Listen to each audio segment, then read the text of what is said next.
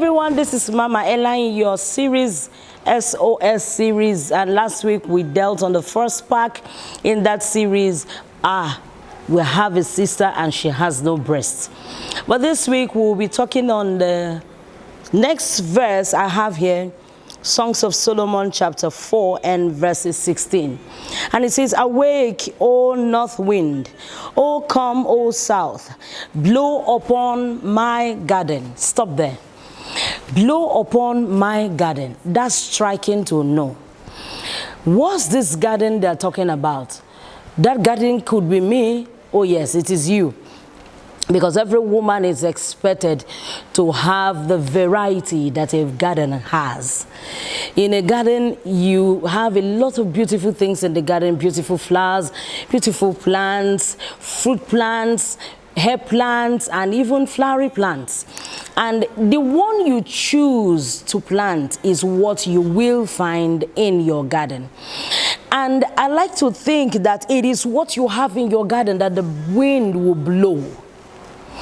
If you go down in that verse and it says what? Blow upon my garden, that its spices may flow out.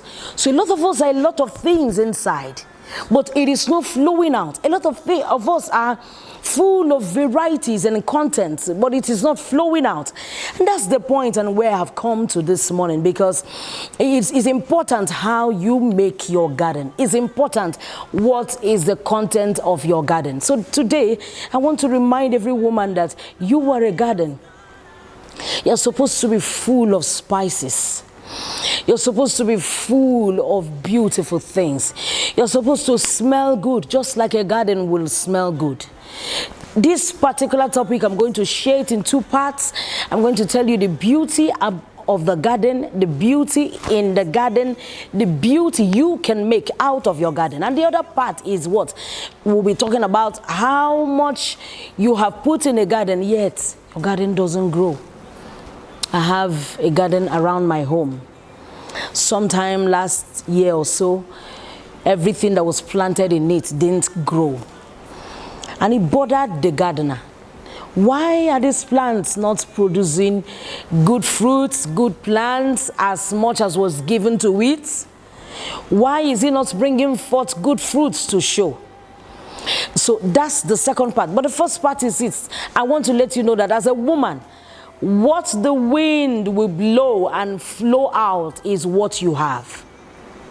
If you have less content, the wind will blow at nothing. So it's important that you take out time to build your garden. What do I mean? Build the garden. Why not try to make your garden colorful? Why not try to make your life colorful? Why not try to be a versatile woman? Why not try to be the virtuous woman? Why not try to be that woman who will have all that it takes to run a home, all that it takes to be a manager, all that it takes to be everything that life may throw at you? Why not be that woman who will be good in a very lot of things? Why not be that woman who in her garden, she will find a whistling pine, she will find the king and queen flower that will give her good smell. You find the hibiscus, you will find the aloe vera, because you will need the aloe vera when you have some illness in the body. You will need to squeeze out the gel to have it. What am I trying to say? Be that woman that have answers to everything. When it comes to beauty, you have answers. You know what to take up from the plant and apply. When it comes to health, you know the plants you can use to help your life. When it comes to education, you know what it is to answer to. So why not be that woman that will spice up her garden? Remember, the scripture says here, he said, "Let my beloved come to his garden and eat of its pleasant fruits." I have a problem that when some men come home, they have nothing to eat of. I have a problem that when some men step out the next day, they don't have any beautiful fruit waiting for them. What am I trying to say? I'm trying to say that the man is waking up every day with an expectation. I'm trying to say that the man is waking up every day because he wants to come to you and there is something new about what you have to offer. He wants to wake up and find out that there is something, some perspective you're bringing in, and it will make so much sense to what he's about to pursue. Now, this man wants to be contended contented and satisfied with the wife of his youth. So I want to urge you in this new week to sit up and look at yourself and ask yourself, am I the kind of garden that any man will want to walk in and be satisfied? Will you satisfy your spouse just the way you are? Will you be that woman that is an answer to everything that comes to his mind? Because I see a lot of women, we think we're the same. We're not the same. We're not the same. When I mean we're not the same, we're not the same. One is married to Nabal. One is married to Solomon. One is married to Abraham. We are married to different men. And for you to be married to different men, you have to know how to handle your different men. Abigail rightly knows how to handle Nabal, because she knows Nabal sometimes does not have the ability to have what it takes to make good decisions. So what happened? Abigail became his answer to situations. You may be Solomon's wife. Solomon has a lot of appetite for good things of life, the beauty of women. Solomon wants to savour. Solomon has a lot of love within him to give.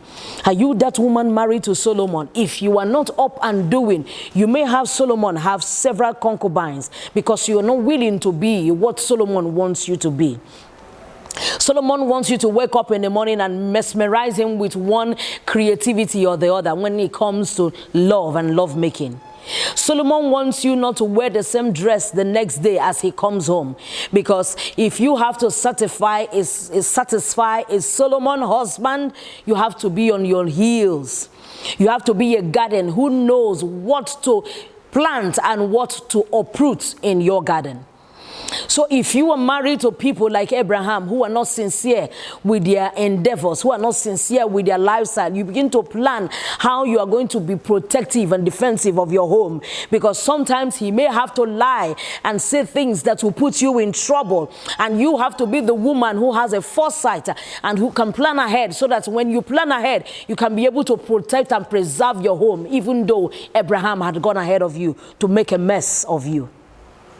What am I trying to say? Be that versatile woman. Be that knowledgeable woman. Be that understanding woman. And you will see that your beloved will come home feeling safe and secure that, my wife, she knows how to handle me. And we want to stop here this time around, and next week I'm going to be letting you know what you need to do in your garden when you have tried all that you know and yet your garden is not growing. Thank you once again. Share this video. Send it to your married friends and your unmarried friends. Let them get prepared and get themselves ready as a garden that will be savoured. Thank you once again, and don't forget to keep living in love. I love you all.